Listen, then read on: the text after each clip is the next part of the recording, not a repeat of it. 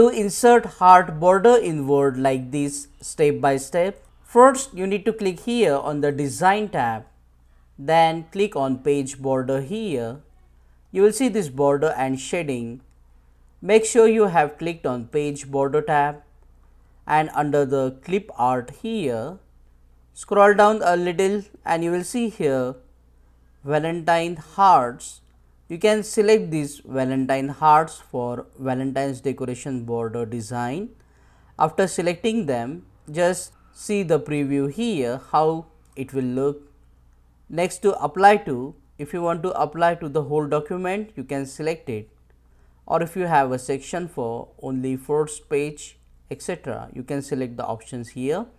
I am selecting here whole document, and then after clicking on OK, as you can see, we have a nice heart border around all the pages in the Word document for Valentine's decoration.